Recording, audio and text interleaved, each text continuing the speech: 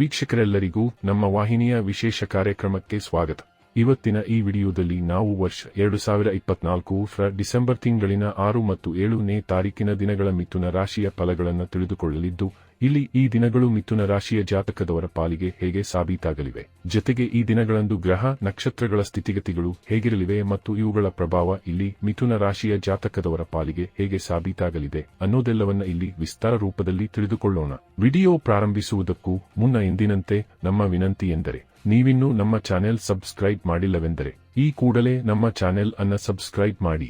ಜೊತೆಗೆ ನಮ್ಮೆಲ್ಲ ವಿಡಿಯೋಗಳ ನಿರಂತರ ಅಪ್ಡೇಟ್ಸ್ಗಳಿಗಾಗಿ ತಪ್ಪದೇ ಪಕ್ಕದ ಬೆಲ್ ಐಕಾನ್ ಬಟನ್ ಕೂಡ ಕ್ಲಿಕ್ ಮಾಡಿ. ನಿಮ್ಮ ಜೀವನದಲ್ಲಿಯೂ ಏನಾದರೂ ಸಮಸ್ಯೆಗಳು ಬಾಧಿಸುತ್ತಲಿದ್ದರೆ ಈ ಕೂಡಲೇ ಸ್ಕ್ರೀನ್ ಮೇಲೆ ಕಾಣ್ತಿರುವ ನಮ್ಮ ಗುರೂಜಿ ನಂಬರಿಗೆ ಕರೆ ಮಾಡಿ ಶೀಘ್ರವೇ ಶಾಶ್ವತ ಪರಿಹಾರ ಕಂಡುಕೊಳ್ಳಿ. ವೀಕ್ಷಕರೇ, ಇಲ್ಲಿ ಮೊದಲು ಈ 2 ದಿನಗಳ ದೈನಿಕ ಫಲಗಳನ್ನು ತಿಳಿದುಕೊಳ್ಳುವುದಕ್ಕೂ ಮುನ್ನ ಈ 2 ದಿನಗಳ ಗ್ರಹ ನಕ್ಷತ್ರ ಮತ್ತು ಇಲ್ಲಿ ಉಂಟಾಗಲಿರೋ ಯೋಗಗಳ ಕುರಿತಾದ ಮಾಹಿತಿಯನ್ನ ಅರಿತುಕೊಳ್ಳೋಣ. ಮೊದಲಿಗೆ ಇಲ್ಲಿ ವರ್ಷ 2024 ಡಿಸೆಂಬರ್ ತಿಂಗಳಿನ 6ನೇ ತಾರೀಕಿನ ದಿನದ ಗ್ರಹ ನಕ್ಷತ್ರಗಳ ಸ್ಥಿತಿಗತಿಗಳನ್ನು ನೋಡುವುದಾದರೆ, ಡಿಸೆಂಬರ್ ತಿಂಗಳಿನ 6ನೇ ತಾರೀಕಿನ ದಿನವು ಶುಕ್ರವಾರದ ದಿನವಾಗಿರಲಿದ್ದು, ಇಲ್ಲಿ ಮಾರ್ಗಶಿರ ಮಾಸದ ಶುಕ್ಲ ಪಕ್ಷದ ಪಂಚಮಿಯ ತಿಥಿ ಇರಲಿದೆ. ಪಂಚಮಿಯ ತಿಥಿಯು ಈ ದಿನದ ಮಧ್ಯಾಹ್ನದ 12:07 ಇರಲಿದ್ದು, ಆ ನಂತರದಲ್ಲಿ ಷಷ್ಠಿಯ ತಿಥಿಯ ಪ್ರಾರಂಭಗೊಳ್ಳಲಿದೆ. ಹಾಗೆ ಈ ದಿನದ ಸಂಜೆ 5:18 ಶ್ರವಣ ನಕ್ಷತ್ರದ ಗೋಚರವಿರಲಿದ್ದು, ಆ ನಂತರದಲ್ಲಿ ಧನಿಷ್ಠ ನಕ್ಷತ್ರದ ಗೋಚರ ಪ್ರಾರಂಭಗೊಳ್ಳಲಿದೆ. ಜೊತೆಗೆ ಈ ದಿನದ ಬೆಳಗ್ಗೆ 10:43 ಧ್ರುವ ಹೆಸರಿನ ಯೋಗವಿರಲಿದ್ದು, ಆ ನಂತರದಲ್ಲಿ ವ್ಯಾಘಾತ ಹೆಸರಿನ ಯೋಗದ ಪ್ರಾರಂಭಗೊಳ್ಳಲಿದೆ. ಇಲ್ಲಿ ಚಂದ್ರದೇವನು ಮಕರ ರಾಶಿಯಲ್ಲಿ ಗೋಚರಿಸಲಿದ್ದು, ಸೂರ್ಯದೇವನು ವೃಶ್ಚಿಕ ರಾಶಿಯಲ್ಲಿ ವಿರಾಜಮಾನನಾಗಿರಲಿದ್ದಾನೆ. ಈ ದಿನದಂದು ಅಭಿಜಿತ ಮುಹೂರ್ತವು ಬೆಳಗಿನ 11:48 ಹಿಡಿದು ಮಧ್ಯಾಹ್ನದ 12:34 ಇರಲಿದೆ. ಇದರ ನಂತರದಲ್ಲಿ ಡಿಸೆಂಬರ್ ತಿಂಗಳಿನ 7ನೇ ತಾರೀಕಿನ ದಿನದ ಗ್ರಹ ನಕ್ಷತ್ರ ಮತ್ತು ಯೋಗಗಳ ಕುರಿತಾದ ಮಾಹಿತಿಯನ್ನ ತಿಳಿದುಕೊಳ್ಳುವುದಾದರೆ, ಡಿಸೆಂಬರ್ ತಿಂಗಳಿನ 7ನೇ ತಾರೀಕಿನ ದಿನವು ಶನಿವಾರದ ದಿನವಾಗಿರಲಿದ್ದು, ಇಲ್ಲಿಯೂ ಕೂಡ ಮಾರ್ಗಶಿರ ಮಾಸದ ಶುಕ್ಲ ಪಕ್ಷದ ಷಷ್ಠಿಯ ತಿಥಿ ಇರಲಿದೆ. ಷಷ್ಠಿಯ ತಿಥಿಯು ಈ ದಿನದ ಬೆಳಗ್ಗೆ 11:05 ಇರಲಿದ್ದು, ಆ ನಂತರದಲ್ಲಿ ಸಪ್ತಮಿಯ ತಿಥಿಯ ಪ್ರಾರಂಭಗೊಳ್ಳಲಿದೆ. ಹಾಗೆ ಈ ದಿನದ ಸಂಜೆ 4:50 ಧನಿಷ್ಠ ನಕ್ಷತ್ರದ ಗೋಚರವಿರಲಿದ್ದು, ಆ ನಂತರದಲ್ಲಿ ಶತಭಿಷ ನಕ್ಷತ್ರದ ಗೋಚರ ಪ್ರಾರಂಭಗೊಳ್ಳಲಿದೆ. ಜೊತೆಗೆ ಈ ದಿನದ ಬೆಳಗ್ಗೆ 8:42 ವ್ಯಾಘಾತ ಹೆಸರಿನ ಯೋಗವಿರಲಿದ್ದು, ಆ ನಂತರದಲ್ಲಿ ಹರ್ಷಣ ಹೆಸರಿನ ಯೋಗದ ಪ್ರಾರಂಭಗೊಳ್ಳಲಿದೆ. ಚಂದ್ರದೇವನು ಈ ದಿನದಂದು ಕುಂಭ ರಾಶಿಯಲ್ಲಿ ಗೋಚರಿಸಲಿದ್ದು, ಇಲ್ಲಿ ಸೂರ್ಯದೇವನು ಮಾತ್ರ ಈ ದಿನದಂದು ಸಹ ವೃಶ್ಚಿಕ ರಾಶಿಯಲ್ಲಿಯೇ ವಿರಾಜಮಾನನಾಗಿರಲಿದ್ದಾನೆ. ಈ ದಿನದಂದು ಅಭಿಜಿತ ಮುಹೂರ್ತವು ಬೆಳಗಿನ 11:48 ಹಿಡಿದು ಮಧ್ಯಾಹ್ನದ 12:34 ಇರಲಿದೆ. ವೀಕ್ಷಕರೇ, ಇದು ಈ 2 ದಿನಗಳ ಗ್ರಹ ನಕ್ಷತ್ರ ಮತ್ತು ಯೋಗಗಳ ಕುರಿತಾಗಿರುವ ಮಾಹಿತಿಯಾಗಿದ್ದು, ಈ ಮಾಹಿತಿಯನ್ನೇ ಆಧರಿಸಿ ಈಗ ಈ ದಿನಗಳ ಮಿಥುನ ರಾಶಿಯ ಫಲಗಳನ್ನು ನೋಡೋಣ. ಮೊದಲಿಗೆ ಇಲ್ಲಿ ಡಿಸೆಂಬರ್ ತಿಂಗಳಿನ 6ನೇ ತಾರೀಕಿನ ದಿನದ ಮಿಥುನ ರಾಶಿಯ ಫಲಗಳನ್ನು ತಿಳಿದುಕೊಳ್ಳುವುದಾದರೆ, ಈ ದಿನದಂದು ಚಂದ್ರದೇವನು ಮಕರ ರಾಶಿಯ ಮೂಲಕ ನಿಮ್ಮ ಅಷ್ಟಮ ಭಾವದಲ್ಲಿ ಗೋಚರಿಸಲಿದ್ದು, ಹೀಗಾಗಿ ಇಲ್ಲಿ ನಿಮಗೆ ಒಂದಿಷ್ಟು ತಾತ್ಕಾಲಿಕ ಹಿನ್ನಡೆ ಉಂಟಾಗಬಹುದಾಗಿದೆ. ವಿಶೇಷವಾಗಿ ಈ ದಿನದಂದು ನಿಮಗೆ ತಲೆನೋವಿನಂಥ ಸಮಸ್ಯೆಗಳು ಕೂಡ ಬಾಧಿಸಬಹುದಾಗಿವೆ. ಇಲ್ಲಿ ನಿಮಗೆ ಮಾನಸಿಕ ಚಿಂತೆಯ ಜೊತೆಗೆ ಹಳೆಯ ರೋಗಗಳಲ್ಲಿ ಉಲ್ಬಣತೆಯೂ ಕೂಡ ಉಂಟಾಗಬಹುದಾಗಿದೆ.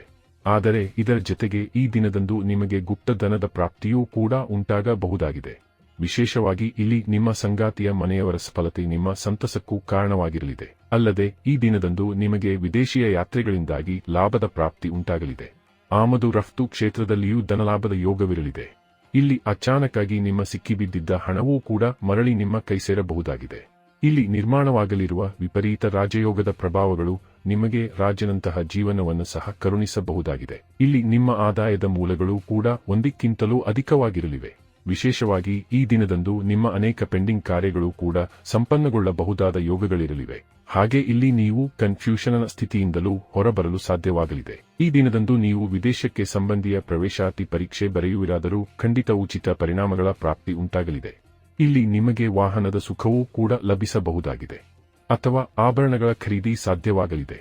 ವಿಶೇಷವಾಗಿ ಇಲ್ಲಿ ಜಾತಕದವರ ಸ್ವಂತ ಮನೆಯ ಕನಸು ಕೂಡ ಈಡೇರಬಹುದಾಗಿದೆ. ಇಲ್ಲಿ ವಿದ್ಯಾರ್ಥಿಗಳಿಗೆ ಒಂದಿಷ್ಟು ಮಿಶ್ರ ಫಲಗಳ ಪ್ರಾಪ್ತಿ ಉಂಟಾಗಲಿದೆಯಾದರೂ ಯಾರು ವಿದೇಶದಲ್ಲಿ ವ್ಯಾಸಂಗ ಮಾಡುತ್ತಲಿದ್ದಾರೋ ಅವರಿಗೆ ಮಾತ್ರ ಭರಪೂರ ಶುಭ ಯೋಗಗಳು ಲಭಿಸಲಿವೆ. ಇನ್ನು ಲವ್ ರಿಲೇಶನ್ಶಿಪ್ ಮತ್ತು ಮ್ಯಾರಿಡ್ ಲೈಫ್ ಕೂಡ ಇಲ್ಲಿ ಹೆಚ್ಚು ಕಡಿಮೆ ಉತ್ತಮವಾಗಿರಲಿದೆಯಾದರೂ ಅಲ್ಲಲ್ಲಿ ಕೊಂಚ ವಾಗ್ವಾದಗಳು ಕೂಡ ಉಂಟಾಗಬಹುದಾಗಿವೆ.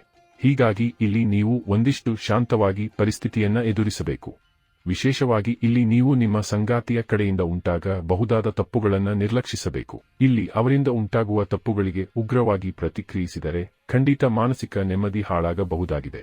ಇದರ ಜೊತೆಗೆ ಈ ದಿನದಂದು ನಿಮ್ಮ ಶಾರೀರಿಕ ಪ್ರಬಲತೆಯಲ್ಲಿ ಕೊಂಚ ಕೊರತೆ ಕಂಡುಬರಬಹುದಾಗಿದ್ದು, ಹೀಗಾಗಿ ಈ ಸಂಬಂಧವು ಒಂದಿಷ್ಟು ಎಚ್ಚರಿಕೆ ಹೊಂದಿರಬೇಕು. ಇನ್ನು ಇದರ ನಂತರದಲ್ಲಿ ಡಿಸೆಂಬರ್ ತಿಂಗಳಿನ 7ನೇ ತಾರೀಕಿನ ದಿನದ ಕುರಿತಾಗಿ ನೋಡುವುದಾದರೆ, ಈ ದಿನದಂದು ಚಂದ್ರದೇವನು ಕುಂಭ ರಾಶಿಯ ಮೂಲಕ ನಿಮ್ಮ ಭಾಗ್ಯ ಭಾವದಲ್ಲಿ ಗೋಚರಿಸಲಿದ್ದಾನೆ. ಆದರೆ ಇಲ್ಲಿ ಈ ಮೊದಲಿನಿಂದಲೇ ಶನಿದೇವನ ಉಪಸ್ಥಿತಿಯೂ ಕೂಡ ಇರಲಿದ್ದು, ಹೀಗಾಗಿ ಇಲ್ಲಿ ಚಂದ್ರ ಶನಿಯ ವಿಷದೋಷದ ನಿರ್ಮಾಣವಾಗಲಿದೆ. ಇದರಿಂದಾಗಿ ಇಲ್ಲಿ ನಿಮಗೆ ಒಂದಿಷ್ಟು ಮಿಶ್ರ ಫಲಗಳನ್ನು ಲಭಿಸಬಹುದಾಗಿದೆ. ಇಲ್ಲಿ ದೇಶ ವಿದೇಶದಿಂದ ಲಭಿಸುವ ಯಾವುದಾದರೂ ಒಂದು ಸಮಾಚಾರ ನಿಮ್ಮನ್ನ ಚಿಂತಿತನಾಗಿಸಬಹುದಾಗಿದೆ. ಇಲ್ಲಿ ನಿಮ್ಮ ಮನಸ್ಸಿನಲ್ಲಿ ಗೊಂದಲ ಸ್ಥಿತಿಗಳು ಕಂಡುಬರಲಿವೆ. ಪರಿಣಾಮ ಸ್ವರೂಪ ಇಲ್ಲಿ ನೀವು ಕೈಗೊಳ್ಳುವ ನಿರ್ಧಾರಗಳು ಕೂಡ ದುರ್ಬಲವಾಗಿರಲಿದೆ. ಇಲ್ಲಿ ನಿಮ್ಮ ಸಂತಾನದೊಂದಿಗೆ ವೈಮಸ್ಸು ಅಥವಾ ಜೀವನ ಸಂಗಾತಿಗೆ ಸಂಬಂಧಿತ ಏನಾದರೊಂದು ಸಮಸ್ಯೆಯೂ ಕೂಡ ನಿಮ್ಮನ್ನ ಬಾಧಿಸಬಹುದಾಗಿದೆ. ಇಲ್ಲಿ ನಿಮ್ಮ ಲವ್ ರಿಲೇಶನ್ಶಿಪ್ನಲ್ಲಿಯೂ ಕೂಡ ನೀವು ಅತಿ ಹೆಚ್ಚು ಜಾಗೃತೆಯನ್ನು ಹೊಂದಿರಬೇಕಾಗುವುದು. ಇಲ್ಲಿ ನೀವು ಏನೇ ಮಾತನಾಡುವಿರಾದರೂ ಅಳೆದು ತೂಗಿ ಮಾತನಾಡಬೇಕು. ಇಲ್ಲಿ ನಿಮ್ಮವರೊಂದಿಗೆ ನಿಮ್ಮ ಸಂಬಂಧಗಳು ವಿಷಮತೆಯಿಂದ ಕೂಡಿರುವಂತೆ ಕಂಡುಬರಲಿವೆ. ಇದರಿಂದಾಗಿಯೂ ಈ ದಿನದಂದು ನಿಮಗೆ ಸಮಸ್ಯೆಗಳು ಕಂಡುಬರಲಿವೆ. ಈ ದಿನದ ಬೆಳಗಿನಿಂದಲೇ ನಿಮ್ಮಲ್ಲಿ ಆಲಸ್ಯತನ ಕಂಡುಬರಲಿದೆ. ಜೊತೆಗೆ ಇಲ್ಲಿ ನಿಮ್ಮ ಕೆಲಸ ಕಾರ್ಯನಿರ್ವಹಿಸುವ ಕ್ಷಮತೆಯಲ್ಲಿಯೂ ಕೊರತೆ ಉಂಟಾಗಲಿದೆ. ಹಾಗೆ ಇಲ್ಲಿ ಪೆಟ್ಟು ಬೀಳುವುದು, ಗಾಯವಾಗುವುದು ಕೂಡ ಆಗಬಹುದಾಗಿದ್ದು, ಹೀಗಾಗಿ ಈ ಸಂಬಂಧವು ಕೊಂಚ ಜಾಗ್ರತೆ ಹೊಂದಿರಬೇಕು. ವಿಶೇಷವಾಗಿ ನಡೆದಾಡುವಾಗ ಗಡಿಬಿಡಿ ಮಾಡಲು ಹೋಗಬಾರದು. ಇಲ್ಲಿ ನಿಮ್ಮ ಯಾತ್ರೆಗಳನ್ನು ಸಹ ಮುಂದೂಡಬೇಕು. ಇಲ್ಲಿ ಯಾವುದೇ ದೊಡ್ಡ ಹೂಡಿಕೆಯನ್ನು ಸಹ ಮಾಡಲು ಮುಂದಾಗಬಾರದು. ಈ ದಿನದಂದು ನಿಮಗೆ ವಿಶೇಷವಾಗಿ ತಪ್ಪು ಸಂಘ ದುಶ್ಚಟಗಳತ್ತಲೂ ಆಕರ್ಷಣೆ ಉಂಟಾಗಲಿದೆ. ಹೀಗಾಗಿ ಇಲ್ಲಿ ನೀವು ಈ ಸಂಬಂಧವು ಎಚ್ಚರಿಕೆ ಹೊಂದಿರಬೇಕಿದ್ದು, ಇಲ್ಲಿ ಎಲ್ಲ ರೀತಿಯಿಂದಲೂ ವಿಚಾರ ವಿಮರ್ಶೆ ಮಾಡಿಯೇ ಮುಂದಡಿ ಇಡಬೇಕು. ಇಲ್ಲಿ ನಿಮ್ಮ ಸ್ವಭಾವದಲ್ಲಿ ಕ್ರೋಧದ ವೃದ್ಧಿಯೂ ಕೂಡ ಉಂಟಾಗಲಿದ್ದು, ಇದರ ವ್ಯತಿರಿಕ್ತ ಪ್ರಭಾವಗಳು ಕೂಡ ನಿಮಗೆ ಕಂಡುಬರಲಿವೆ. ಹೀಗಾಗಿ ಇಲ್ಲಿ ನಿಮಗೆ ಎಷ್ಟು ಸಾಧ್ಯವೋ ಅಷ್ಟರ ಮಟ್ಟಿಗೆ ಮೌನವಾಗಿರುವುದು ಉತ್ತಮವಾಗಿರಲಿದೆ.